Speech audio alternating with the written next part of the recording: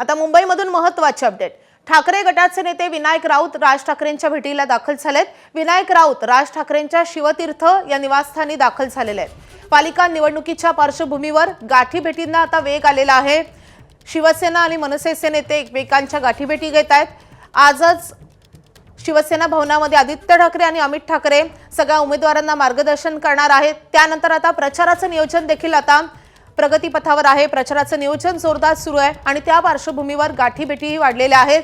शिवतीर्थ निवासस्थानी विनायक राऊत दाखल झालेले आहेत आणि त्यामुळे या दोन नेत्यांमध्ये नेमकी काय बातचीत होते, आता कसं नियोजन केलं जाणार हे पाहणं महत्त्वाचं असेल।